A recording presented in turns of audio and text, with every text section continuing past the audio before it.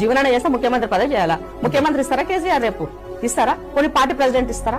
Working president ఇస్తారా? ఇయ్యరు.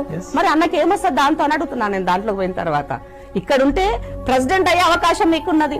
రేపు ప్రభుత్వం కేంద్రంలో అధికారం ఇస్తే గవర్నర్ అయ్యే అవకాశం మీకున్నది.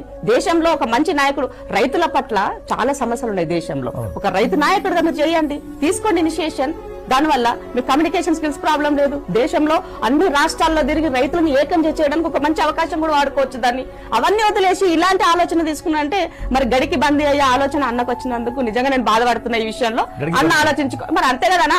ఆ గడి నుంచి సంఖ్యల్లో గడి బందీ నుంచి మనము విమోచనకు బయటకు వచ్చినామని చెప్పేసి మాట్లాడినాము. మరి విమోచనం నుంచి మళ్ళా మనం అందులోకి పోతున్నామని అంటే అర్థం ఏందన్నా? ఏం తీసుకోవాలా? రాజకీయం కొత్త, ఇప్పుడు యంగ్స్టర్ రాజకీయం అనేది తనకు ఫ్యూచర్ ఉన్నది, లైఫ్ ఉన్నది. కొట్లాడాలనుకున్నప్పుడు ఏదైతే అదైందిరా ఇంకో 20-30 సంవత్సరాల రాజకీయం ఉందని పార్టీ మారినట్టు ఒక అర్థం ఉన్నది.